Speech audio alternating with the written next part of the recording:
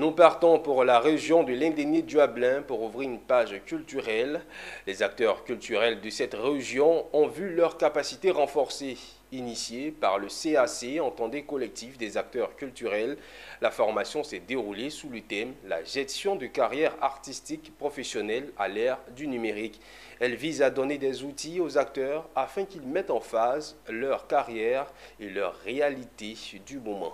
Le commentaire est signé Mondésir Nascimento. À Bangourou, du 6 au 7 mai, le collectif des acteurs culturels, dans le cadre de la décentralisation de ses ateliers de formation aux acteurs culturels, a posé ses valises, le temps de renforcement de capacité. Après Korogo et Boaké, ce sont les acteurs de la chose culturelle d'Abangourou qui ont été formés.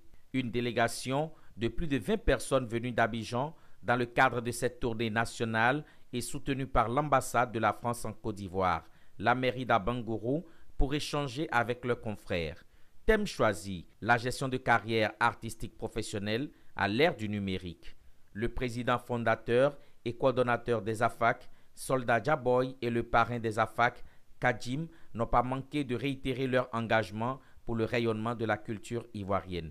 Ils ont salué les efforts de leurs partenaires et des participants. Un projet qui est l'atelier de formation des acteurs culturels qui a pour objectif de former, sensibiliser et informer les acteurs culturels au légal et à l'écosystème. Parce que nous avons pu constater que beaucoup nous sont venus par l'encouragement de leurs proches, par passion dans ce secteur, mais après ils ignorent les règles, les exigences et les notions de base de notre environnement. Au thème des 3 villes parcourues par les AFAC provinces pour cette première, j'ai le droit de reconnaître qu'on a eu la chance d'avoir un auditoire très fourni. À Korogo, les acteurs culturels ont répondu massivement, à Boaké encore plus, et l'apothéose a été donc ici à Bangourou, où on a même refusé du monde.